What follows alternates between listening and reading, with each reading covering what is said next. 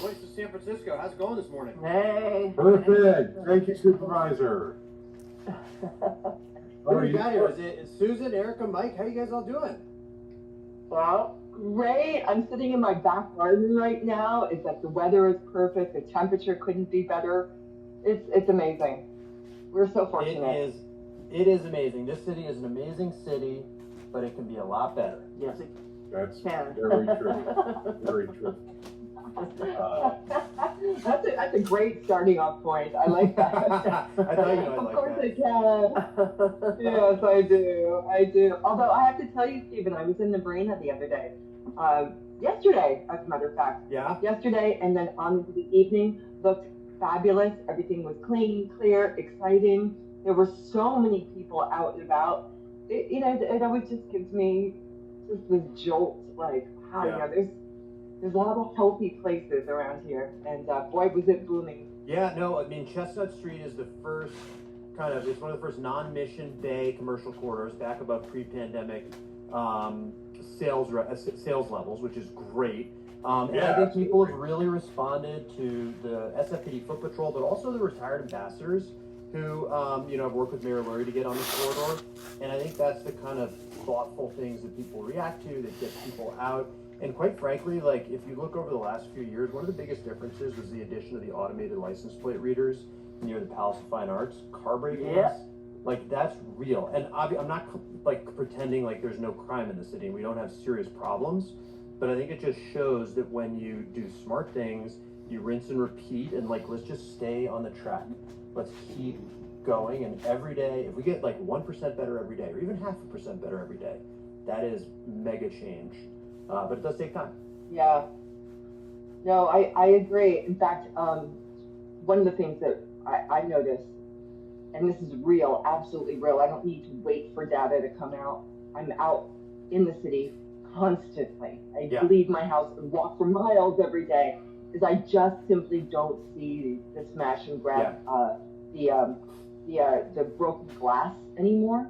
Almost never, when it was a very regular sighting. I mean, constant. In fact, there were points when I would be walking down in either direction, whatever direction I was going in, it would just be glass lining the streets. And now, I mean, it's very rare. Well, Erica, I love hearing that from you. And also, I think for listeners out there, the amount, Erica, that I run into you on the street, I know a lot of people say, oh, I'm always walking. Erica, you are always walking around the city. It is amazing the amount I run into places. It is great. It is great. But no, but look, I think people are seeing and they're like, oh my God, all of a sudden. And I think the important thing for people to know is the results people are really seeing. And I think it's important, right, to see it, not just the data, but the anecdata, right? Like, what is your experience? I think that's important. It takes a lot of groundwork and it takes a lot of thought. And so I think where we are right now is good. And to get better, we've got to take that next step. We've got to do things like the Reset Center. Susan and I have talked a little bit about this, because it is going to take work to address the fentanyl crisis. But we've kind of, we've kind of just ignored it for really 10 years. And so I think it's going to take work to get it to where we want it to be. But it will take time, and I think that's important to just say, like, rinse and repeat over and over and over again. It's really important. Let's keep on this straight path we're on. And it takes time and persistence, and even on the other end of things, where you're, for every stick we have to put up several carrots as well. And I note that the first thing I notice is that your ads are all over YouTube, which is really great. And we talk a lot about business revitalization and entertainment zones. Maybe tell us a little bit more about that, what that sort of entails in terms of what is an entertainment zone, people do there, that kind of stuff. Yeah, well, I'll take a step back. Business revitalization here in San Francisco, I think, is about two very important things. And the first is probably the most important. Let's have a relatively blank canvas for entrepreneurs and businesses to paint on. Now, San Francisco is an expensive city. Commercial rents are high. Wages are high for employees, and that's inherently okay, because it's a really good consumer city. We have good consumers in this city, but we have to be honest about the fact that excessive fees, excessive taxes, and I don't mean fair fees and fair taxes, I mean excessive, those things dissuade businesses from opening, keep storefronts empty, keeps downtown empty. And so I think 2024's Prop M was incredibly important to just take a deep breath, be rational about the business taxation and regulation regime that we have here, which is really important, right? Like, we do need to tax businesses. We're providing infrastructure for them to succeed. There's a great customer base here. That's important, you know? And so I think Prop M was important. I think, you know, looking at the overpaid CEO tax that's going to be on the ballot, that's a whiplash back the other way. I don't think that's a good idea. I don't think that's a good idea. And so it's a lot about, let's do the basics. Let's have a regulation and taxation regime that is, yes, it is more expensive than other cities, and I think it probably always will be, but we can be a little bit less expensive than we have been. Let's treat entrepreneurs, especially young entrepreneurs, immigrants, young creative entrepreneurs, first time, you know, small business founders, those people have the hardest time. So first it's about getting back to the basics. I think Mayor Lurie's leadership has been excellent on this. I think the work that Mayor Breed and the business community and organized labor did on Prop M was incredibly important. So let's keep doing that, the basics. And that's about crime, that's about policing, that's about cleaning the streets. So that's the first thing. The second thing that we got to do is, what are the special things? What are the add-ons? What are those special add-ons? And that's where, Mike, we get to your point about entertainment zones. So entertainment zones seem like a big flashy thing. And at first glance, it looks like, oh my God, this is going to be Bourbon Street everywhere. Because the idea behind entertainment zone is that it lets bars and restaurants serve to-go drinks during a permitted event. And that's the key part, right? So like on Union Street, every year we have the Union Street Fair. On Fillmore Street every year is the Fillmore Jazz Festival. Those are things that already happen. And those are great. But in order for someone to have a beer in the street, they have to buy it from one of the vendors. And so the bars and the restaurants on those corridors don't really get to participate in the same way. Right. They don't get the uplift, quite the same uplift from those events as they could. So they probably get 20% sales uplift, but they're not getting 50. And if we're saying, hey, you're serving booze in the streets anyway for these events, how do we let the bars and restaurants who are paying their taxes, paying their rent here every day, hammering through making our corridors better, how do we give them an opportunity to participate? So entertainment zones are simply, if there is a permanent event happening, and these things happen all the time, how do we let bars and restaurants participate? And then the great thing is it also lowers the barrier for smaller permanent events to happen, because now you don't have to hire a beer vendor. So like Terry's is really interested in getting a jazz band to play in their parklet on a Friday afternoon here and there, and then they can just serve beer in plastic cups, and the bus stop can serve beer in plastic cups. We're not going to shut down the street. We're not going to stop the buses. It's going to be a small, nice neighborhood thing. And it just lowers the barrier to entry for doing fun things in the neighborhood. And I think that's really important. How do we make it easier for creative, smart people to do fun things? That's the first time I've ever heard anybody explain it where it made sense to me. Yeah. Yeah. And what's the opposition to it? What are you hearing? Yeah, the opposition to it is actually really fair. And Susan, I think to your point, I think that was Susan who said that's the first time this made sense to me. A lot of people think that we're like, yo, we're doing Bourbon Street and Mardi Gras every day. And like, that is not the case. Definitely not the case. That's actually absolutely what I at least personally don't want. I think if the Giants win the World Series this year, let's have an awesome parade downtown and have a great time. But that's gonna be downtown. And so the opposition is, one, a little bit of a misunderstanding, which is totally fair, and I think that's my job to explain it to people. And two, people are a little worried, hey, look, sometimes these things go a little too far.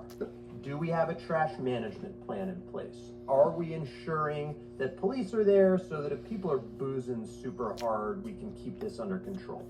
Because we don't want alcohol running rampant over the streets. That's not the point of this. Like, we don't want trash in people's front yards. So every entertainment zone has a management plan, and it has an additional police presence plan, it has an additional security plan, and it has an additional trash plan. More trash cans at the entrance and exits of the permitted zones, all of those things. So I think it's really important for us to be honest about the fact that every action has some pros and some cons, and let's make the cons as minimal as possible, address them directly, and make the pros as good as possible.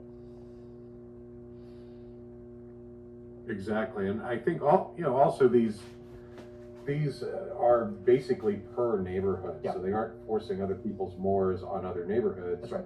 And certainly, I would think that different neighborhoods around the city will have different levels of activity that they'll that they'll want to maintain. That's exactly right. That's exactly right. Yeah. And if the neighborhood doesn't want a specific permitted event to go on, remember all of these, the entertainment zone doesn't take effect unless someone goes to City Hall, gets a permit, does things all the right way. And in many ways, this is kind of legalizing behavior that had been happening for a while. And again, it just makes it a little bit easier. I was really happy to see that I've been vindicated on the street vendors. For a couple of years now, I've been writing about the health issues, and people say to me, "Oh, what's the big deal? I eat those bacon wrapped hot dogs when I'm drunk," and it's like, okay, but you know, that's great. 9 out of 10 may be fine, and then that 10th one might kill you. Yeah. So I have pictures, for example, that I took of bacon wrapped hot dogs lying in the sun in a box, and they're moldy and they're underneath. Yeah, so that's the kind of stuff that I hope this will be solved, by this permitting process, and it's just completely ridiculous. Yeah, that Susan, I want to be clear. The entertainment zone process is not going to solve the illegal vending process. No, but there's a new permitting process for bingo. That's what I like. It just sorry, I switched subjects. No, you're right. There is a new permitting process. You know, I have a friend who has a restaurant in Jackson Square, and she was trying to have a nice little gelato cart outside her restaurant, and like tiny little things, super fun, super cool. You know, big line. Everybody was happy. The bookstore next door was psyched. And they got dinged because there didn't exist a permitting process for like a mini gelato cart. So again, that's about making it easier, but I think we got to be clear about all this vending. Some of those illegal vendors with the hot dogs, I think we need to be honest about the fact that there is some human trafficking that is going on with that, but there's an incredible amount of waste that is generated. And if you look at at around, between Balboa and Wilder and Rockwell, on Fillmore and Greenwich on a Friday night and a Saturday night, Saturday and Sunday mornings, the amount of trash that's left over is enormous. And I think there has to be some courtesy and respect there. I'm actually having lunch at Balboa on Tuesday with Captain McCormick from Northern Station, the manager of Balboa, manager of Rockwell, manager of Wilder, because we want to address this. There have been some really high profile, let's call it, viral videos of not so great behavior there, and we're all worried that a very dangerous situation is right around the corner. And so that's a safety thing, but also like the residents deserve to walk and get a cup of coffee on a Sunday morning and not have trash in the gutters all the time. And so this is where, with the police presence, it's also talking about, hey, can we get some of the health inspectors out to do this? And look, I'm aware a lot of these vendors are immigrants who are just struggling to make a buck. I get that. I think we need to make sure that people are making a dollar in the right way. We need to make it easier for everyone to be here safely, but some of that illegal vending is very, very dangerous. It's very dangerous. You could get very sick from a bacon wrapped hot dog that's been sitting in the sun. And I also have a source in the police department that told me that they busted a house in the marina, by the way, where there were about 30 people living, and they found the hot dogs floating in the bathtub. That's exactly right. That's exactly right. And it's just, look, that's how dangerous fires occur. Exactly. You can, when you have too many people living in one place, and housing affordability is a big deal, don't get me wrong. I'm on the side of we need more housing here, but putting too many people into one place is how you get some major fires and casualties. Yep. Well, I think one of the major issues here is sort of the cartelization that can happen when you don't have public scrutiny over these smaller scale industries. You've got to be able to have them in there to make sure that they're safe, and also to protect people who are involved, who are vulnerable, and in some cases being trafficked. Whether we're talking about these street vendors, or frankly, I kind of wonder whether or not there's a way to extend a regime like this, and you may not be able to answer this question, obviously, but to gig workers like these food delivery drivers and the like. Yeah. Where there seems to be a lot of underground cartelization where, people get involved, they can get set up with using somebody else's name and using somebody else's bike and et cetera to do that job. instead encouraging these people to do it the right way safely. Yeah. I'm going to artfully dodge the cartelization aspect of this, if you will allow me. Sure. But I think this can be, someone listening is gonna be like, what a loser. Anyway. It may be something that can't be done at the local level. That's the look, problem. I think with a lot of the food vending and some of the delivery stuff, the food vending especially, so much of this is state law that our police officers can't go and crack down on this. This is, we're working constantly with our state representatives to update state law to allow us to have a little more enforcement ability here. It's really restrictive. But I think two things, and these are two kind of general topics, two general statements, right? The first thing is that if the city does not have a functional, straightforward, linear permitting process, it is a breeding ground for corruption. And the example I would use is permitting for construction, right? A few years ago, you had a billionaire who I believe was from China. I could be wrong, and didn't live here. And this person paid like a $30,000 bribe.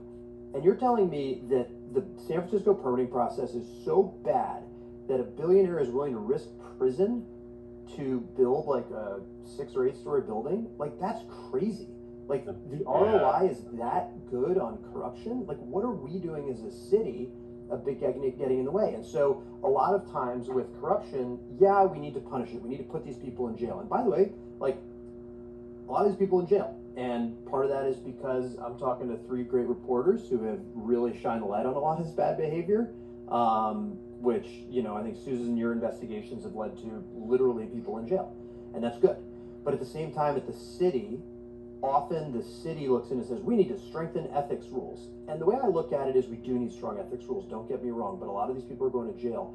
Why are these people incentivized, and not even the officials taking bribes? Why are the people doing the bribing incentivized to bribe public officials? Why are our city processes so bad, so gummed up, that some billionaire thinks it's a good ROI to bribe a building inspector $30,000? And that is a very serious thing for us to look at. And so with the situation with mobile food vendors, one, we don't have an enforcement regime that makes it basically, this is not a good idea, you're going to get caught, you're going to get your stuff taken away. And two, for the right kind of mobile food vendor, why don't we make it really easy for that person to say, hey, here's my license, here's my thing, I'm doing my health inspections, rock and roll, let's go make a buck and make people happy. So it's the two things. It's the enforcement side, but also let's make it easier to get out there. And tables and chairs at restaurants, we should enforce that you're keeping the sidewalk clear. But if you're going to do that, why are we making it hard for you to put the tables and chairs out in the first place? Exactly.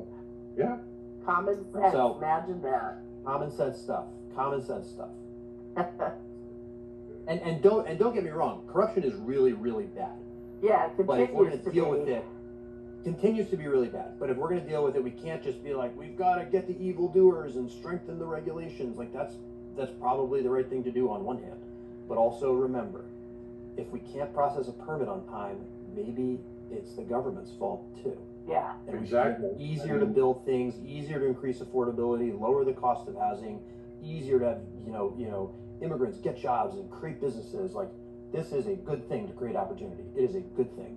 And how about just get rid of the middleman altogether, right? So Walter Wong wouldn't have existed if the permitting process was straightforward. You wouldn't need an expediter. You would just have a straightforward permitting process like they do in other cities. That's right. San Franciscans pay taxes to have a government that functions for them. And I think that's the least we can try to do to deliver. Exactly. Going back to the issue of the flock cameras again, where do you think most of the opposition to this comes from? Because now we're hearing, for instance, in Richmond, and this is frankly kind of surprising to me because I didn't think that this would be so much of a narrative that would pick off in the excerpts. But a lot of city councils started, throwing back against the flock cameras. Yeah. And now we're having a situation like in Richmond where businesses, including immigrant businesses, are saying, bring them back because we want the petty crime that these things were deterring to stay deterred. Yeah. And Yeah, Flock had a breach. Off the top of my head, I can't remember exactly if they had a data security breach or if they actively and inappropriately shared local data with federal agencies. Right. But regardless of, and I'm not trying to absolve anyone of wrongdoing. I literally am just having a bit of a brain fart off the top of my head. I believe they inappropriately shared a local agency's data with a federal agency that broke a barrier of trust and I think broke a contract. And for us here in San Francisco, I've been pretty vocal about the fact that I think being a sanctuary city is important. Violent crime is obviously not a good idea, but I think we should give a 16-year-old kid the opportunity to be in school instead of doing what 16-year-old kids do when they're not in school. I think that's a good thing. I'll leave it at that. And when we're working with a vendor who doesn't adhere to our rules, it breaks down a barrier of trust and it makes it harder to trust them. So I think with some of these other outside groups, they feel like Flock broke that trust. Now, I think we need to work closely with Flock to ensure that trust is not breached again. I've spoken with a bunch of people in the tech industry who are extremely worried about their cybersecurity protocols. And I think that's fair. I want to keep those conversations open because at the same time, I think having San Franciscans, cars broken into all the time is really bad. So it's a balance. But I think this is where the building of trust, whether it's with private vendors that we use or the government itself, to me, building trust is one of the most important things that politicians, local officials can do to constituents and to residents. And I'll give you this example. For me, the reason why I wanted this job, 14, 15 months ago was because I felt like San Francisco government hadn't been paying attention to the everyday needs and everyday complaints of San Franciscans. And Erica, you talked about this before. You said the data for crime is down, but I also see it. And I think we hadn't been paying attention to the ANIC data for a long time. And when you do that, you erode trust in residents about government. And when you erode trust in, when the residents can't trust you, you don't have the ability to take the big swings, the courageous swings on the existential issues. And so for me, the existential issues in San Francisco are cost of living and the fentanyl crisis. Those are the two things we gotta get under control. And it's been really hard for us to take those big courageous swings. And I think a lot of San Francisco local officials, politicians have been doing a lot of virtue signaling and not a lot of results driven work. But at the same time, it's really hard to take the existential swings because those will always be controversial. Those will always be controversial.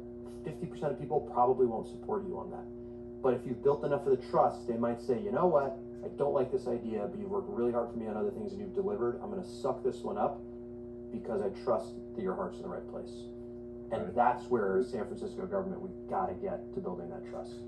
And part of building that trust is making sure that contractors, have a regime in place where they make sure that because this is often as simple as somebody forgetting or failing to toggle a software switch. Yeah, sometimes. That's right. Yeah, AI and all that, can't do everything, as we're finding out. Like, there's still issues, I had to explain to someone the other day that, we put it through AI, and I said, well, that's fine, but the problem is that the document that proved the case was not available yet. You had to make a public records request. Until it's in the public realm, it doesn't exist for AI to find because they can't go into the government databases. So there's things that AI just can't do without a human to do it for them, and that includes doing public records requests and getting a hold of things and really, bypassing 100% the human touch. You have to have a human watching these automated things. I can tell you that even before, Flock, other cities that had license plate readers saw crime go down exponentially. Yeah. Without a doubt. I mean, I know many cities outside of San Francisco, Los Gatos and Palo Alto and San Jose and, Marin, that Tiburon, places that had, cities that had them, and crime dropped. The biggest complaint was, they're taking pictures of license plates coming and going. Well, if you're not, if you're not committing a crime, then, I don't really care if they have my license plate. I mean, I feel like the Well, there's no expectation of privacy when you're outside of your home. None. Yeah, and I think this just goes back to like, how can we make sure that our vendors, that our contractors are doing the right thing? I think it makes sense with cybersecurity, with these license plate reader cameras, and I think it makes sense. I mean, just across the line, if the government is paying money for something, we should make sure that one, the other party is adhering to the terms of the contract. Two, we're communicating that to constituents, and then three, we're actually getting the results that we need. Exactly. Yeah. So, in terms of how you see the campaign go, how do you see the campaign going? Because I see a lot of your ads. I haven't seen that much from Lori, and I guess also this sort of goes to the residents of the housing issue, because there's been, like for instance, we have this wonderful Marina Safeway project that has kind of become a lightning rod for people, and you actually don't support that. No, I don't. That's my. No, and it's a. It looks like a hotel in Vegas. Yeah, but the thing, this is one of those big projects that you think you're saying. That would be nice to live. That would be nice. It would be nice to live there, but not necessarily live next to it. And they came in very sort of sneakily and put through their paperwork in before people could sign off on the family zoning plan. Isn't that what happened? Yeah, I mean, look, I think that's you're kind of touching on one of my biggest issues with this, and I come at this as someone who's unabashedly pro-housing. But pro-housing doesn't mean everything everywhere. It just means, like, let's be really smart. We got to lower the cost of construction. We're never going to become affordable if we still are paying $1.2 million per unit. That's crazy. But for me, huge. The family zoning plan, which I worked really hard on. My team literally went parcel by parcel in the district. My aides like a carpal tunnel at the end of the process, like marking up these maps. Quite literally, parcel by parcel, we went through. Is this the right height? Is this the right corridor? How do we do this? We met with every neighborhood group, every merchant association, individual residents. I was knocking on doors, talking to people, calling people. At the end of the process, people may disagree with the decision I made, and I supported the family zoning process. I think it's incredibly important to expand opportunity here in San Francisco. It's going to help drive costs down. It is not perfect by any means. Don't get me wrong. But considering the constraints we were under, state law required it. Losing transit funding would have been a disaster. But also, I think this is important. Like, state laws around state density bonus projects, sometimes they have unintended crazy consequences. And in the family zoning plan, we did a really good job of controlling those unintended consequences. And so we spent a year building trust with residents. Even if people don't like what I did on this, and my opponent is clearly one, she can't reasonably say, and no one can reasonably say, I wasn't there and I didn't listen. I might not have done what they wanted, but I was there, I listened, and I put the work in. And so we built that trust. They might not like the decision I made, but they trust that I will show up and that I will be there. And we put together a plan that said, look, you might not like the plan, but here's what you can expect. And the week before this plan became law, boom, someone swoops in and says, hey, instead of the 4-story amendment that Stephen Sherrill wrote for the Marina Safeway, 4-story max, wham, here's 25 stories. We are just coming out of nowhere on you. And that erodes trust. That erodes trust. It's going to be really hard. Yeah. So now everything I do when I come forward with something that's pro-housing, someone's going to say, well, is this going to lead to another 25-story building on the Marina Safeway? And to continually come back at that, it just makes it harder. So to me, build it, like, this is going to be a theme. I'm going to be a broken record on this. Building trust is so important. And that's one of the big reasons here why I think we need to put some controls in, because we do need to build more housing. And look, like, is 790 units overall net good for the city? Sure. 86 affordable net good for the city? Sure, it's better than 0. But, like, I'd rather have 7,000. And if this is going to erode that trust and make it harder to do, the other reforms, like, that's not a good thing. And also, frankly, I just think 25 stories is inappropriate for that space. But yeah. So exactly. Anyway. Yeah, I mean, I just compare it with District 4, where the trust has already been eroded to so much level because people are, playing all sorts of games with that stretch of beach, and the 50-story building that's never going to happen. And well, that guy's a con man. Yeah. Exactly. Me and Josh did a couple of stories at the Standard about his past attempts to put up stuff at India Basin and elsewhere, and the fact that he's a jailbird, that he's a federal prisoner. Yeah, I remember those. He comes out with this proposal that turns Ocean Beach into a giant sundial. And of course, we in the media just bite onto it like a fish to a lure. It's amazing. Well, it's your job, Mike. After all, you're a trophy fish, Mike. Don't let anybody tell you otherwise. I appreciate that. So, Stephen, one of the things that, since we're on the topic of trust, one of the things that I still have, because I was the editor-in-chief, co-owner of the Marina Times for a very long time, I'm still included on many emails that go to you, and people still reach out to me about the marina. And the one thing that I hear consistently about you is how responsive you are. That I never heard this about Stephanie, I can tell you that.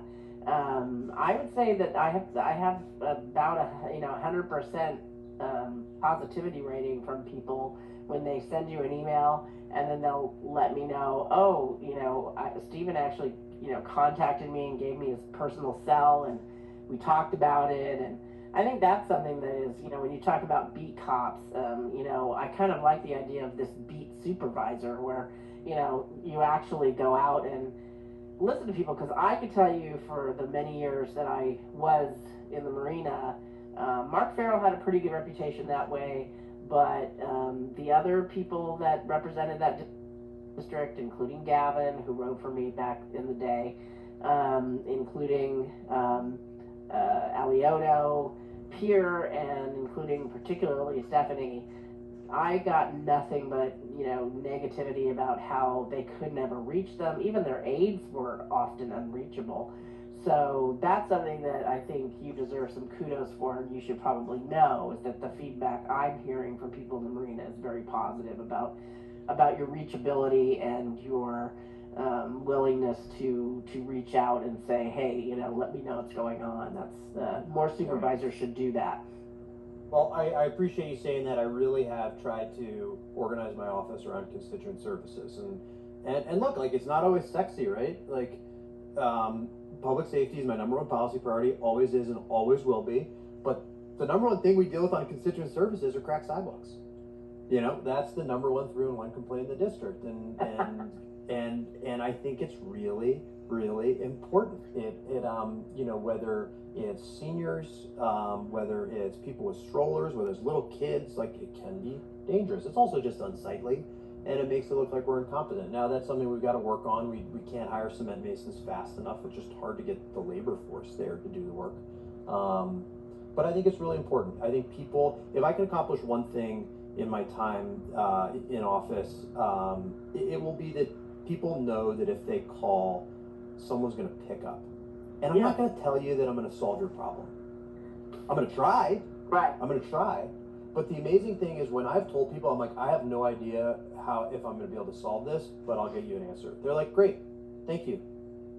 I'm like, oh, okay, great. Like, don't lie to people. Right. Like, if you just tell them, like, hey, this, and I'll go back, when I was the director of innovation for the city, we built a data analytics, an analytics database around people suffering in the street.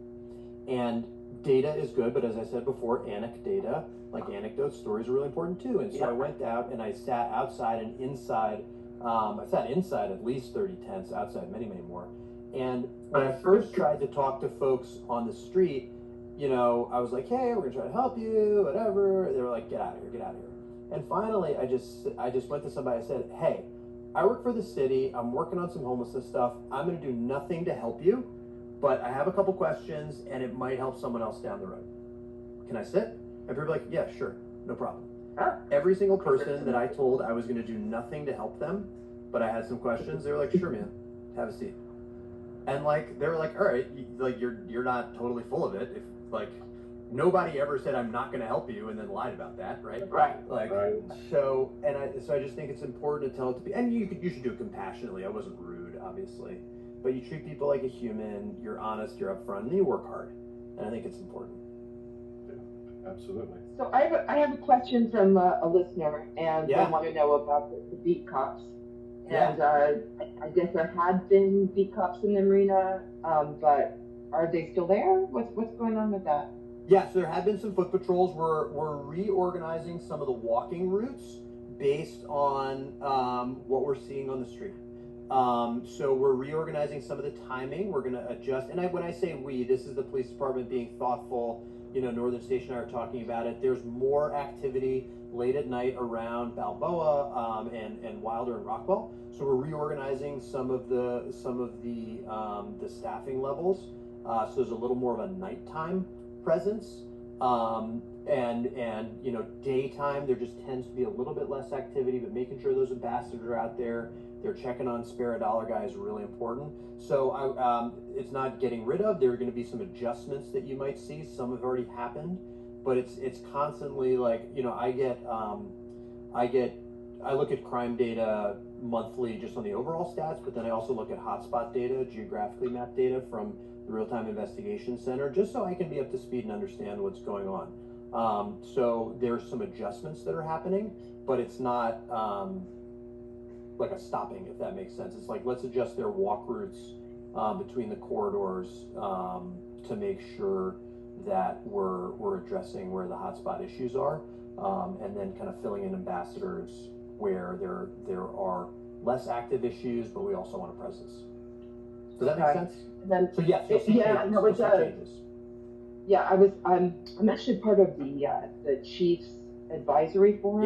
Yes. We just had a meeting this past week about foot patrols. Everybody wants foot patrols. Every community, every neighborhood says we want foot patrols. We don't have the capacity for it. Right. Sadly. So I know that was a big issue, but yeah, and this is why police recruiting is so important. I know someone else had a question. Like, everybody wants foot patrols literally in every neighborhood. Like, right in your political spectrum, they want foot patrols because you get to have a relationship, you know, you talk, whatever. One of the things I'm talking to the mayor's office about is they are actively looking at police recruitment numbers on a weekly basis, and so I'm working with them to say, hey, let's publish this. Let's get it out to the public. We've been doing a lot with rebuilding the ranks with the mayor. Recruitment is going much better than it has in almost a decade, and I want to start getting that out publicly again. Even just to say, like, hey, and by the way, if you're listening and you're maybe interested in being a police officer, I want you here in San Francisco. Sign up. Believe it. For the first time in a decade, we're at a net positive. That's right. Which is incredible. That's right. Obviously. So I wanted to ask, you convened a hearing on a progress report for some of our nonprofit service providers some months ago, right? Or am I? Yeah. You and Danny Souter in December. Yeah, it was really more Danny's hearing, but so I'll give him the credit for that. But I was a happy cheerleader. And okay, so do you know what became of that? Because it featured the NGOs on the tier 2 and 3 portion of the city watch list, but there wasn't, you know, that's something I would happily do a story on, but there was no data or clear accountability tied to it, and we're clearly still having a lot of problems with the NGOs. Here's what I would I'm going to say two things. One, I think you should definitely look at the new Inspector General and interview her. I think she is going to be a really interesting addition for the city. I didn't necessarily, Alexandra Shepard, I didn't necessarily think we needed to add another headcount to the city, but if we're going to, this was a good one. So that's one thing I would say. And the second thing for me personally, working through this budget process and moving forward, I think every nonprofit contract needs to have, and this is a tiny thing, right? Needs to have a cost per client served. Is that going to solve all the problems? No, but is it going to make it a little easier for people to understand what are these people doing and how much does it cost on a per unit basis? So I'll leave it at that for now. No, there hasn't been specific data that came out of this. I think things are, look, HSH is obviously undergoing some changes right now. Right. I would get rid of it, frankly, but that, you know, I've said that for years. I mean, since it started in 2016, homelessness has gone up almost 40%. Indeed. So I just don't see a reason. I mean, just me, but I think there's places that it could be put in better, better places to put it, and because they're just ineffective, and I don't really care who they put in the seat. They put Jennifer Friedenbach in the seat, and then it would certainly fail. But I just feel like they don't get it, and it's a bureaucracy thing. I remember when Ed Lee put it in place, and I wrote a story called "Bring on the Ruby Slippers and the Flying Monkeys. For the money we spend on homelessness, we should have a yellow brick road." And at that time, I had to add up all the dollars myself for the article because it's not in one place. And at the time, it came out about $876 million if you included everything, like police, fire. Then I ran it by a little bit higher than that these days. Yeah, and then this is in 2016. I ran it by two supervisors on opposite ends of the aisle, and they both looked at the numbers, said pretty close, probably a little higher, but yeah, in the ballpark. So that's what it was then. And, now it's way higher. Homelessness is up higher. We have fentanyl, of course, which changed the game. And, we have people lying around in the streets that don't want to move, that, police are like, oh, can you please just move over just a little bit? That's not going to cut it. I mean, if you go to other cities and watch what happens, you will see, for example, in San Jose, if they come up to an encampment and they find people doing drugs, they handcuff them and sit them on the side of the sidewalk, and then they check all their warrants and they all go to jail. Until we get tough, it will not change. And I just don't see, San Francisco's let this genie out of the bottle for so long. I just think it's going to be very hard to put it back in.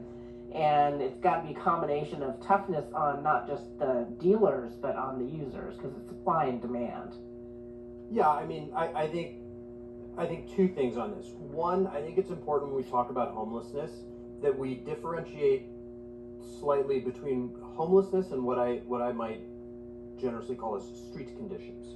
And so the reason that I want to differentiate is homelessness is about, does someone have a home, yes or no? And now, does substance use disorder, drug addiction, does mental health, does poverty have something to do with which of us are homeless? Yes, absolutely. But what we're seeing on the streets, let's not forget that up to 40% of the people we see on the streets every day have a place to go at night. Yep. That is an important point. It's really important to look at. And the reason I think it's important to look at is because if we sit here and we say homelessness is all about fentanyl, that's the problem. Well, it is a problem, but most people in San Francisco who are homeless are struggling with accessing a house. Everyone you see on the streets is struggling with addiction problems, and that is a massive issue. And these are two separate things that are obviously directly related. And so for me, when we're looking at the fentanyl crisis, we have a supply issue, we have a demand issue, we have to address both. We have to address both. And I'm a big fan of what Brooke Jenkins is doing. She's got to keep going, rinse, repeat, rinse, repeat. But also on the demand side of things, this is where we need to start trying new things. I think investing in abstinence-based treatment programs is incredibly important. We haven't had enough of those. Is that the answer for everybody? Most doctors would say no, but I think it's the answer for more people than we're investing in right now, and the stats are excellent. And then the second thing is, what are the new things, again, on the law enforcement side? Law enforcement needs to be part of helping people get into treatment. It doesn't work for everybody, I acknowledge that, but it works for more people than we think. So like this reset center that we're spinning up, we're making a $14 million investment in an experiment. It is an experiment where going forward, if you are arrested for public drug use, instead of being taken to jail or more likely to a hospital because you often have something else going on. And if that happens, by the way, an officer is off the street for 6 to 8 hours. That's not good. Right. We don't want that. Right. That's not good. And so instead of doing that, the officer takes this individual to the reset center. It is staffed by the sheriff's office, who also staff the jails, and it's staffed by a medical clinician. And these people are going to be given the option. It's essentially a sobering center for fentanyl. Hey, sober up. Look, I've got you a spot in a treatment facility. Let's rock and roll. Or you can take the law enforcement approach. And I think, is this going to work? I don't really know. Do I think $14 million is worth trying something in a problem that's well over $1 billion? Yes, indeed, I do. And so I think these are the smart investments that, you've got Mayor Lurie's team led by Kunal Modi are making. Matt Dorsey was the lead sponsor on this. I was an aggressively happy co-sponsor. But I think doing more of these things to give more people options, but also give them a little push. give them a little push. They're dying on the streets right now. Let's maybe help them not die. So one of our newest writers, who, by the way, is one of the most naturally gifted writers I've ever come across, and her name is Amber Reed. She is a former heroin addict, and she's writing a series for us about her experience being in the Housing First program and how addicted she was. And she's actually just, Kunal Modi saw her stories and reached out, and she'll be one of the people working at the Reset Center talking to the people. There you go. That's great. She's been there. Well, Amber, I don't know if you're here, but thank you for writing, and thank you for sticking your hand up to help people who are struggling on the streets. And this is where, I mean, Susan, you've been key about this. This is not about like punishing people or saying they're bad people. People need help. Yeah. People really need help. Fentanyl is a horrible, horrible drug.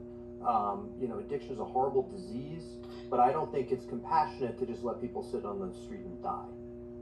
And then the people just literally step over them. I mean, I saw it, this past week. I was in the Tenderloin, and it was just horrific. I mean, it's still just horrific. And I just watched people stepping over people that they didn't know whether they were dead or not. They just needed to get somewhere. They're on their phones, And then the other thing I saw was a father with a child walking around someone who was just out of their mind. And the child was scared, and the father was scared, and that's the other thing people forget is the victims of this that are the people who live in these underserved communities. That it's easy for people in Pacific Heights to say oh, don't be mean to them. Well, okay, you can say that all you want, but your children don't have to step over people that might have a knife, right? There's just still crazy stuff going on, and. Yeah. We just had two more murders just recently. The murder rate is up considerably from last year. The gang violence is on the rise. I have this straight from emergency room doctors and nurses that they're having more stabbings, gunshots, what they call homie drop-offs at the emergency room, which is literally they drive by and shove someone out of the car, and they may be dead or not, but they just so there's a lot more of that going on, and it has to be addressed, and it has to be addressed by law enforcement. Yes. Yes. I mean, look, I think that we can, at the end of the day, to me, it is about investing in the things that work. And getting rid of the things that don't work, and letting people, stay out on the streets doesn't work. But also, when it comes to homelessness, I do think it's important to talk about housing, about the availability of housing. I think housing at affordable levels, because if we just say, hey, this is only a fentanyl problem, one of the challenges is if someone goes through a treatment program, goes through a transitional housing program, gets back off on their feet, and gets back onto their feet, and then they can't find an apartment to rent. What's the point of all of this? So when we're looking at these systems of accountability, I think we as a city also need to be accountable for the fact that we're going to invest money in fixing this problem. As soon as someone gets back on their feet, let's make sure they stay on their feet. So I think we do need to look both ways at this. Accountability only works if there is somewhere for people to go when we do that. And to me, it's not a trade-off. It's both, right? Like, right. It's not like, well, we have to do this first and then that. It's like, no, we have to do both of them now. Has to be a two-way street, though. If you look at the availability, affordability levels of housing, that could definitely be the difference between someone who is functionally addicted, but is still able to pay a minimal amount of rent, or is still has a roommate that will tolerate them sleeping on the couch, and all of a sudden, if the cost of housing gets turned up a little bit more, all of a sudden those people who are not on the street are on the street. That's right, and it gets worse. And now those individuals, Mike, I mean, we got to help those people too, right? In many ways, they're the cheapest people to help. Those are the people who are most able to take advantage. We got to help those people too. But I'm just saying, like, when it comes to the accountability, like what's happening on the streets is unacceptable. But I think we would be remiss if we said this is a law enforcement problem only. it is that, but it is also other things. And we need to do both. And it's not the like, well, let's let the foot off the gas on this side until we get that side. No, it's we gotta put our foot on the gas on both sides of this. And this is where, you know, I've talked to Emily Haven at the Chronicle a lot. She did a series on conservatorship. This is where I think it's going to be really hard for San Francisco to do it on its own. If we boost services or housing levels or whatever, and none of the surrounding counties do that, we become a magnet. And I'm not saying we shouldn't be compassionate, have services. It's just the opposite. I'm saying across California, I think this is where the state needs to really step in a stronger way and kind of make sure we don't have a county versus county war going on. Well, not to mention the fact that, as you said, you know, some 40% of people that are out and about on the streets have housing. Yeah, I've talked to people that were panhandling down on Market Street and, you know, looked pretty clean. And I, you know, and I said, you know, so where do you come from? And he's like, oh, Bakersfield originally. And I said, oh, you know, he had a dog. So, of course, I went right up to him and said, does your dog need anything? And he said, oh, no, we have housing. He's like, we're just out here making extra money. And I'm thinking, oh, great. So you're sitting here panhandling with your dog where you have housing, where you probably should, you know, probably be out getting an actual job rather than sitting in the middle of the street on Market Street. You know, it's just we're asking for more formal financial assistance, frankly. Yeah. Because look, job training. I mean, you know, that's it. When I visited when I toured the one of the homeless interim housing solutions in San Jose with Matt Mahan and Elizabeth Funk from Dignity Moves. Mm-hmm. You know, the day that I was there, they had the city coming to do a job fair, and they have people helping with resumes, and you know, and they don't tolerate bad behavior. And even outside of the facility, it's so clean. And I asked Matt Mahan why that was, and the quote I have in the article is he said, because he won't tolerate it, because he expects enforcement. The chief knows it, and he won't tolerate it. So if you're going to, you know, turn down his opportunity for interim housing and then sit outside and do drugs, you're going to get arrested and go to jail. That's it. And well, I think, sorry. The other issue that I think really needs to be brought up, and I don't know if anybody here can really respond to it, is that because of the way our social services are now procured, where even nonprofit organizations that serve the poor have to be in the position of being aggressively lobbying the government. You have these issues of path dependence and, in my opinion, outright corruption, where some NGOs are so adamant about essentially controlling the market and not allowing other modalities to be involved, that they're willing to do things like leak memos or encourage the leak of memos.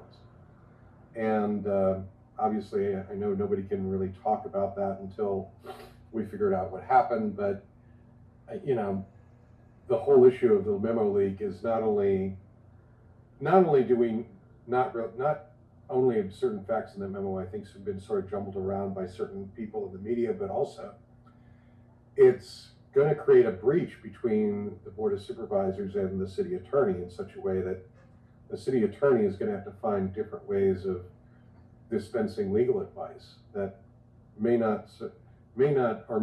up serving the public less than they do now. Yeah, I mean, and we broke that story in February. Mike broke the story, and then on our Thursday newsletter, we added to that story with another tip from another source. And you know, and my biggest concern about that leak is that, you know, it went to Mission Local, which clearly has a bias, even though they're a quote nonprofit media. They have a very strong bias. To release the entire memo if they're going to go ahead and fight about it. Yeah, so then it should be released to all media. But there's a reason why they didn't release it in the first place. I think I just want to go back to the situation where we're dealing with fentanyl and doing this on the streets of Matt Mahan. And I think one of the things I want to remind listeners is like, these problems are in fact solvable. I think one of the times, and sorry here, I'm just gotta get a little noise, but one of the things that people can feel like is that we're in this doom loop cycle of like, oh my God, there's nothing to be done. And to me, there are things to be done. We need to keep doing them, and I think Mary Lori has set an excellent path for us, but it is going to take time. And whiplashing back and forth between different solutions is not the right approach. I think Mayor Mahan has done an excellent job of kind of staying the path, which is good. And that's important for us here in San Francisco to remember is like, if you expect fentanyl to be off the streets in the next week, you're going to be let down. Do I want that to happen? Like, absolutely. But we've underproduced on housing for 30 years across the state of California, by the way. Like, this is not just a San Francisco problem. We have too high of a bar for conservatorship. We don't have enough conservatorship beds across the state of California. And so we got to work on all these things. And we have an issue with, with lax law enforcement policies on the streets. And so we're gonna keep moving forward on each of these things. And someone the other day was like, "You sound like an incrementalist," and I'm like, "No, I just recognize that 1% better every day is pretty good, and that's not going to be enough for everybody." And I think it's just going to deserve more. Don't get me wrong. I just think that, like, if I sit here being like, "It didn't work last week, we're going to try something different," we're just going to seesaw back and forth, and we'll never get anything done. And that's what we've seen over the last 20 years. Well, it's like, seesawing. We're going that way. But also, you've seen over the last 20 years a lot of talk and no action. And and now that genie is really giant, and it's impossible to put it back into the bottle at the rate we're going. It's going to take years. And I think that, over promising is not something that, the mayor should do. It's, another reason why he shouldn't quote statistics, right? Oh, our homicides are down, way down. Well, they're down around the country, but oops, now in 2026, San Francisco's homicides are up. That's fair. Last year, homicides were at an all-time low since like horse and buggy. No, but like 1950, whatever. And our homicides up over, from January 1st through March 22nd, I believe. Yep. If I had that date right. Yes, but it went from 4 to 10. Wow. And that's a big deal here. 12. Right? Like, that's a big deal. 12. Okay, sure. But what I'm saying is, like, I think we need to keep doing the basics. Let's not freak out. And by the way, every murder is a tragedy. Yes. I don't care why it happened. But we need to keep doing the same thing because little bits work.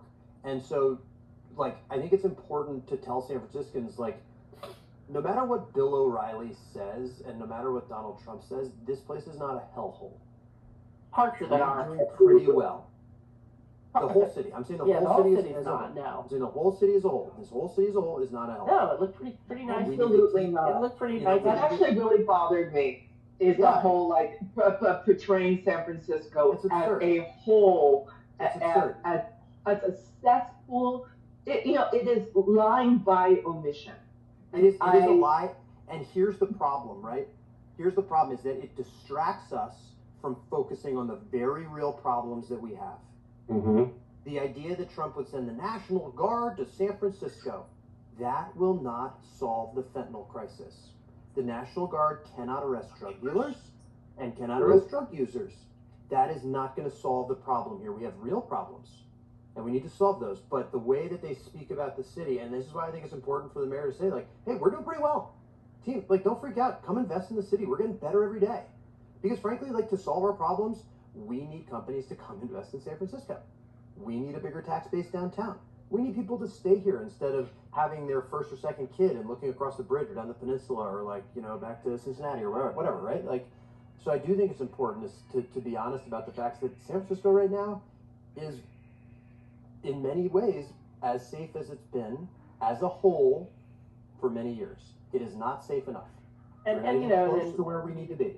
The nation as a whole, things are going that direction, and that's exactly right. And this past week, I have to say that I walked around a lot, a la Erica, and the parts of the city that are, especially the nicer, let's be honest, the nicer neighborhoods, or some of the more tourist areas like North Beach, Chinatown.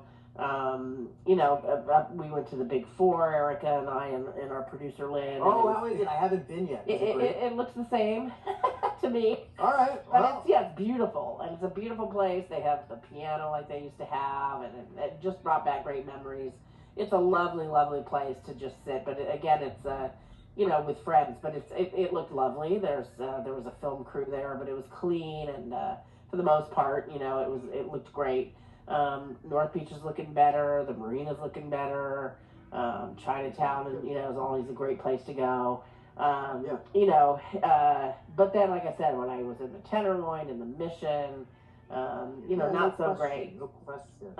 And that's where I think, to your point, like, we need to be honest about the fact we need to invest in the Tenderloin. We need to invest in the Mission. We need to invest in recovery. And if we're going to invest all of our time and resources just pushing back on Bill O'Reilly, which in some ways, like, actually we need to do to get, like, businesses to be like, no, Bill O'Reilly's an idiot. Please don't listen to him. Come here. Downtown is actually as clean as it's been. Now, is mid-market struggling? Absolutely. Six social problems? Sure. But to me, it's about not letting these outside distractions get in. Let's be honest about the situation and then invest in the problems, because we have real problems. We got to solve them, but we got to stay on the path. We got to keep doing it. Yeah, we absolutely have to. But the problem is that the past pattern has been that as long as the city maintains some type of release valve or combat zone, aka or containment zone, such as, say, the Tenderloin, that they don't need to necessarily worry about what's happening across Market Street. Yeah. And we see now in the post-COVID era that things can seep from those areas into the areas that that the establishment, quote unquote, cares more about.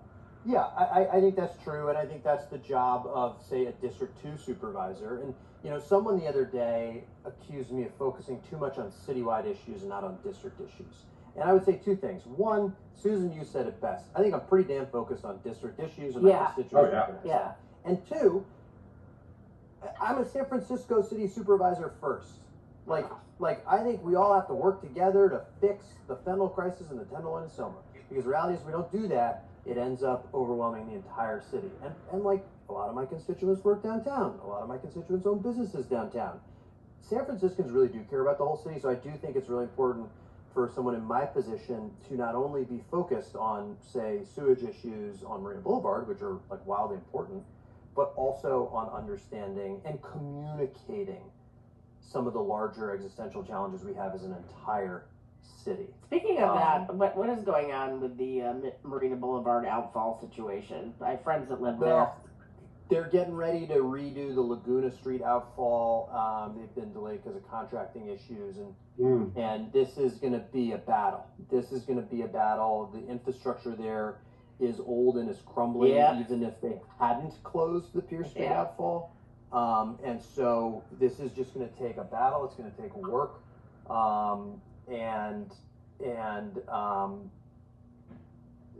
I'll just leave it at that. It's a battle. We've got to get the funding there to replace this, because every year that goes by that we don't fix this, it gets more expensive. Yeah. Right. Yeah. Yeah. I have friends that live there, and it's been a nightmare. Yeah. Now, to all those listeners, there are flood mitigation grants of up to $100,000 available right now. That's not going to solve all the problems for the entire street, but it can solve the problem for your garage and your driveway. So if you're listening, give me a buzz. There's up to $100,000 in flood mitigation grants where they can help you install various things. So. Oh, excellent. Yeah, that's one thing we worked on pretty hard. So it's important. And look, I'm not pretending that's going to solve the problem. It's mitigation. It's not a solve. But. Yeah, it's a huge issue, and it's there's a lawsuit, and Joe Montana's involved, so Ron Conway, and some of my friends are on that same lawsuit. So it's going to take years. Yeah. To go through that. But I agree that there has to be I remember years ago when I wrote in the Marina Times an article called "The Thugs Who Run Hate Street" about these, basically kids that came from, like teens, came from other cities and counties, mostly Humboldt and area, and were, taking over the hate. And, and one of my friends actually got attacked at one point, and he was a pretty tough guy. I mean, he was, pretty tough. He came from Chile, grown up around, in the gangs, and his parents moved him to Texas to get him out of that, and he turned into a great kid, but he was still very tough, and he was even like, whoa, I'm being surrounded by these 5 guys, He called the police. It was a mess, and I wrote about it. And I got letters from people in the marina saying, well, why are you writing about this? We don't see this here. We don't see any of this here. And that's a very bad mentality to have, because guess what? Now you do. And that was my basic warning in the article is don't put your head in the sand, people in the nice, neighborhoods in District 2, because, you better care about what's happening across town, because it will happen to you at some point. Oh, I got the hate mail, but now some of those same people wrote me back and said, oh, God, no, there's a guy who's sleeping in my driveway. And so they started seeing it, I had a friend who had a hot prowler in their house. I mean, so they are seeing it now. So you can't put your head in the sand and say, I live here and I draw the line and it's never going to happen to me, so I don't care what happens in the hate. Yeah. No, I think I might phrase it differently, but look, I think it's important for us to care about the entire city as a whole. I think since COVID, people in District 2, for instance, did see some more, criminal activity. I think when I'm knocking on doors, it's public safety is the #1 priority. People definitely feel like it has gotten better over the last year, 2 years, for sure, no question. But it's always on people's minds, and it always should be. Feeling safe in your home is the most important thing that can be done. So I'm going to have to ditch your team. I've really enjoyed this, but I'm going to have to get back and take my kids out to lunch. They're demanding super. I kind of want to get some fried chicken, so it's going to be a real battle. Oh, yay! It's going to be a real battle. Love the fried chicken. Hey, you could go to a sushi place because they have karagi. Oh, that's not bad. But I'm thinking if I'm like, all right, kids, I want fried chicken, you want a burger, so instead we're going to do sushi. I think that would be a real revolt. They are 5 and 3, so that's not really going to. Okay, yeah, well, okay. X out the sushi then. Yeah, the little kind of chicken. I'm on board. I'm on board. You and I can do that. We're overdue for Peking duck, I think, aren't we? That was Peking duck. Yeah. June 3rd, Peking duck. Yeah. So anyway, okay. I think the thing I'll leave for listeners is that you're right about what's happened in the past, not great. But I think we're on a really good path right now. We have to keep pushing hard. We have to put the pedal down on the things that are working and just really be deliberate about continuing to do the good things over and over again. Seesaw effect, whiplash, whatever you want to call it. We got to keep moving forward. We have to be honest about 2 things. 1, the city's on the right trajectory. But 2, we have a lot of problems. And we got to be aggressive. We got to be thoughtful. We got to be data oriented. And it is going to take work. But I know the mayor's here for it. I'm here for it. I think the majority of the board of supervisors are here for it. And this city can be better. I think we have a really bright future. We got to keep creating opportunity, keep having businesses here. That's going to generate the tax revenue we need to deliver great services, and we got to hold a higher standard to those services getting delivered. So I'll leave you with that.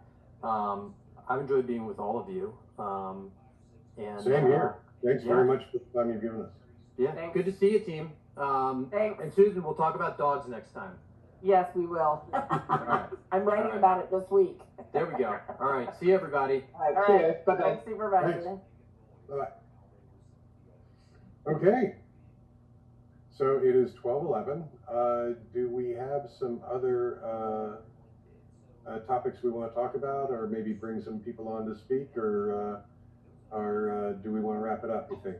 Well, let's get a couple people in to speak. It's always great to have the voices come into the voice.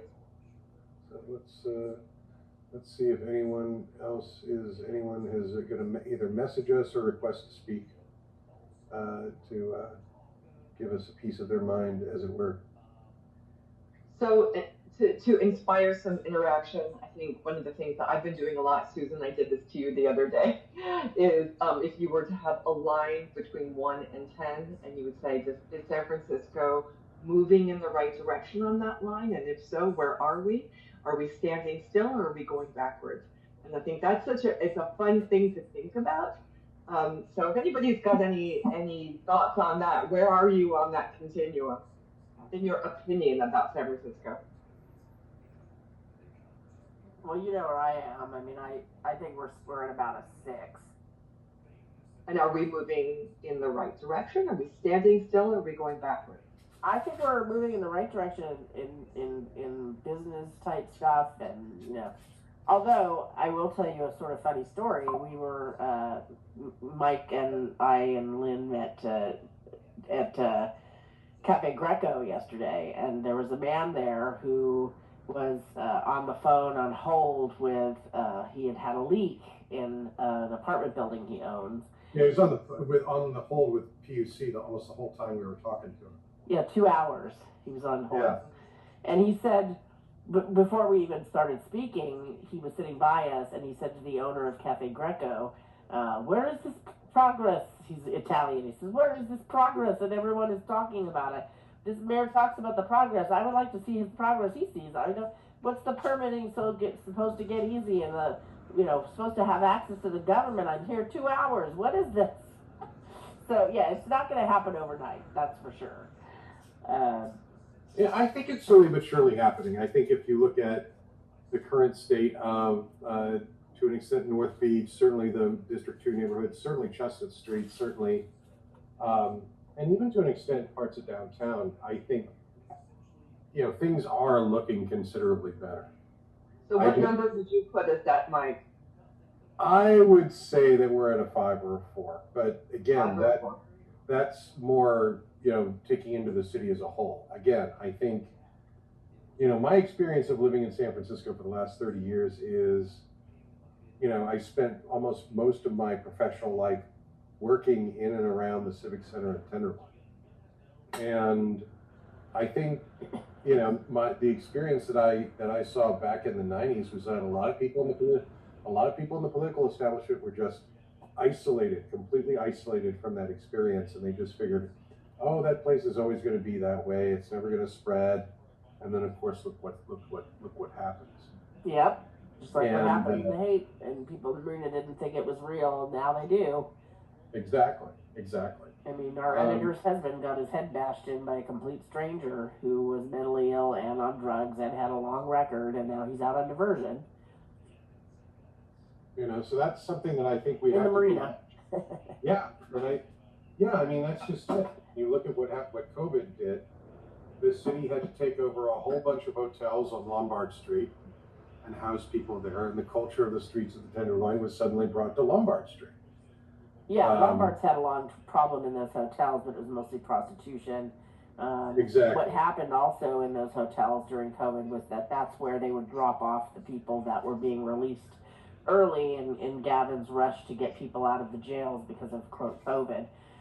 Exactly. That's where a lot of them were dropped off. And so, for example, the area where Brian Boitano lives, which is where our former publisher, the Marina Times, also lives, they had to hire private security because houses on that block of Francisco were being broken into at outrageous numbers that they'd never seen before, and it was directly correlated to them dropping off all of the criminals getting out of jail, the felons that they were releasing early. But yeah, I'd say in general, looking at the snapshot of the city right now, I would say it is a lot better. Yeah, especially in the business part, it's cleaner as far as, the places that, are clean to start with. Where I don't see any difference is in the Tenderloin. I think the Mission is worse.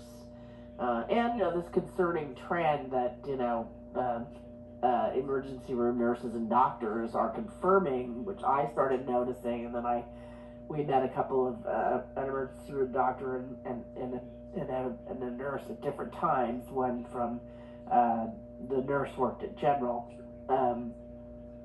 and he was the one telling us that yes, we're seeing a lot more gang violence, and we are seeing more people coming in stabbed and shot, and the homie drop off where they just roll by in the car and push them out.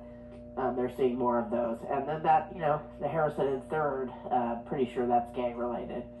So that's something that needs to be watched out for, because we know what happens when the drive-bys start happening, and then the innocent people get in the crosshairs, and it does need to be snapped, nipped in the bud very quickly, or it will escalate. Yeah, exactly.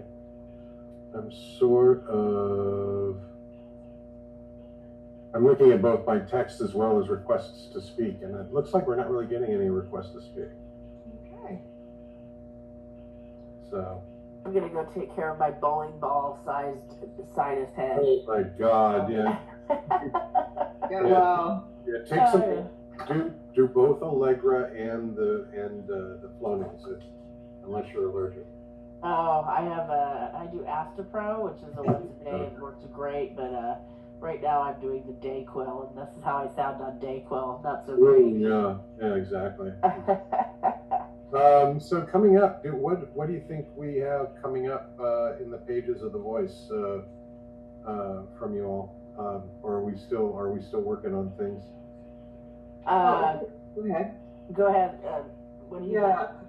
So it's funny. I had started the article about the banks, and now with Jackie Fielder possibly out of the. So I don't know if somebody's going to be taking up that fight for it or not. But so I'm going to have to table that for a moment. The other story that I had just started also and would like to fill out much more is the ambassador program. I don't know if people have noticed, but there are people walking around the city in various neighborhoods with colored jackets on. Yeah, they're much more visible now. Pardon me? They seem much more visible now than than a couple of months ago when we were all talking about them. That's right. So there's a lot more. In fact, there's a brand new division that was just rolled out for Market Street, and it's just an interesting thing. So it's like who, how, what they're actually doing, what's capable of doing. Does it make a difference? Of course, the organization and the people who are big proponents of it are saying it does have a positive benefit to the community. But let's take a look at exactly what that might be. And so that's what I'm starting to dive into. Sounds good. And I have something coming on a diversion case that has been in the news. Can't really go into details because it's under wraps right now, but let's just say I found a person that everyone's been looking for and got some information. Yeah. And Mike, are you going to be diving more into the situations with Jackie Fielder, or are we is that the menu you are? Okay. That is certainly my intention. I mean, part of the problem right now is, it's interesting the way that the other media organs are looking at this situation, because we're the only ones that are really sort of connecting the dots between the recent memo leak and our current situation. And I think I can understand that level of deference coming from other members of the Board of Supervisors and people in City Hall. Not sure I understand why it's coming from so many people in the media. I agree. Apart from the culture of access journalism that we have here. Right. Much like Washington's. But, obviously we're going to try and, figure out what is, I guess one of the, what progress there is being made on the leak investigation.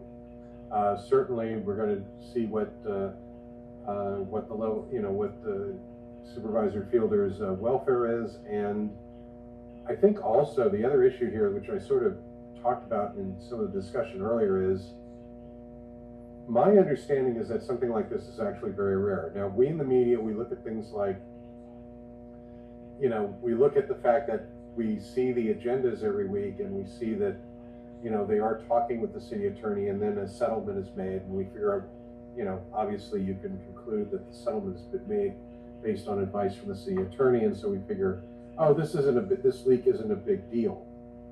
When in fact it kind of is. It's very rare, and I suspect it's going to affect the way that it may affect the way the city attorney decides to interface with the board in the future. Where, if you're a member of the board, you may not be able to ask for a legal opinion anymore. You may have to, if you ask for a legal opinion, you may have to not get a memo, but you're going to have to set some time along with your colleagues to listen to a closed session verbal advice from a deputy city attorney, and that's it. People ask me they say, oh, well, it's like it's no different than a whistleblower, and I'm explaining it's a lot different. Somebody said to me, well, you broke the story about, Neuro and Harlan Kelly using sources that got inside information, and I said, yeah, but that's not, they weren't legal things. Right. These were just people that worked there. It's different. that's a whistleblower not having potentially having a somebody wasn't arbitrarily violating the attorney-client relationship between the city attorney and the people of San Francisco. And I've never been given anything in advance or that was a city attorney document without, ever without from any supervisor particularly. But that's just it's a very unique situation, because the thing that makes it different and why they gave you that fairly stern quote, I believe, about it being illegal, is that it's different when it's the city attorney whose job is to defend the city of San Francisco, and suddenly it's leaked to, let's be honest, a very biased left-leaning publication. That then has run a series of stories about how much everybody in the district wants Jackie back because she's done so much for the district. Yeah, I would say that, Joe, the damage has already been done. Just go ahead and reprint the memo in its entirety and let people make their own conclusions. Yeah, good idea. Yeah. All right. So, yeah, it's almost 12:30. So. Oh yeah, look, this week I'll be working on a piece about the mandatory spay and neuter law coming that comes up on April 9th. I encourage everybody to call and email the San Francisco SPCA, ask them why they are against this when they do absolutely nothing for the city of San Francisco's dogs, and they should really take San Francisco off their name. I mean, as you know, I've gone after them before. 4 months undercover with Rocket Dog in 2009. President, Vice President, half the board stepped down. They have $138 million in the bank, and they do nothing for San Francisco dogs, and yet they're posing this because they say the city and animal care control on a shoestring budget that takes in every pigeon and squirrel on top of everything else should be doing more outreach to the people on these streets and do more outreach in the community. I want them to tell us when they're going to put out their spay and neuter bans that they're going to, spend some of their $138 million marketing budget on.